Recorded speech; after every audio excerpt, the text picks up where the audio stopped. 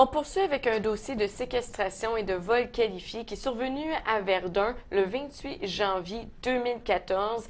Et c'est un dossier qui est en même temps troublant et assez particulier. Je vous explique pourquoi.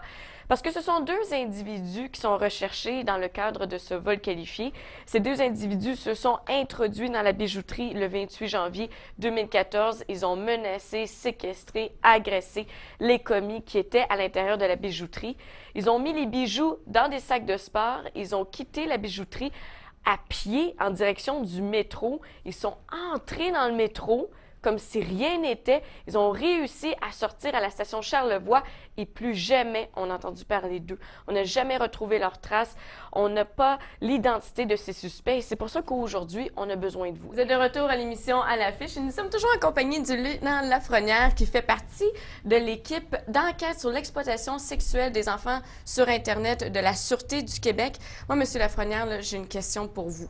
Vous êtes papa, vous avez deux enfants, vous voyez défiler là, des vidéos, des images atroces sur Internet. Comment vous faites pour vivre avec ça? Est-ce que vous avez un suivi psychologique à la Sûreté du Québec?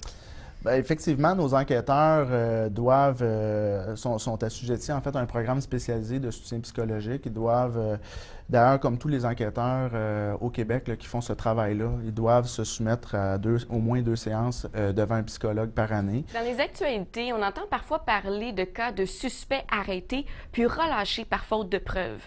C'est souvent le résultat de la décision du directeur des poursuites criminelles et pénales.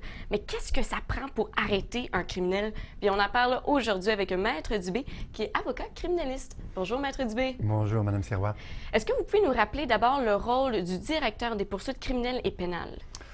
Le directeur des poursuites criminelles pénales, c'est en fait un représentant, si on veut, du procureur général.